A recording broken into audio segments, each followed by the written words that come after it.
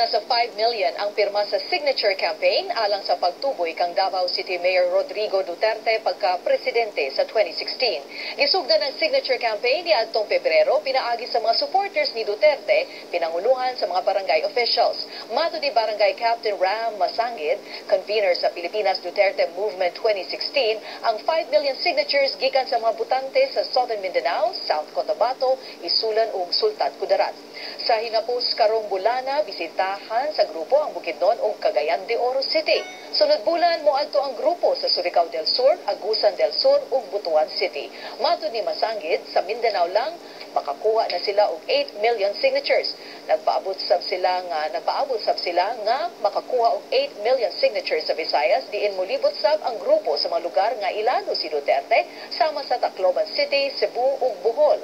Daan nang mibalibad si Duterte sa pagdagan pagka-presidente apan padayong gihapon ang grupo sa pagkuha og mga pirma.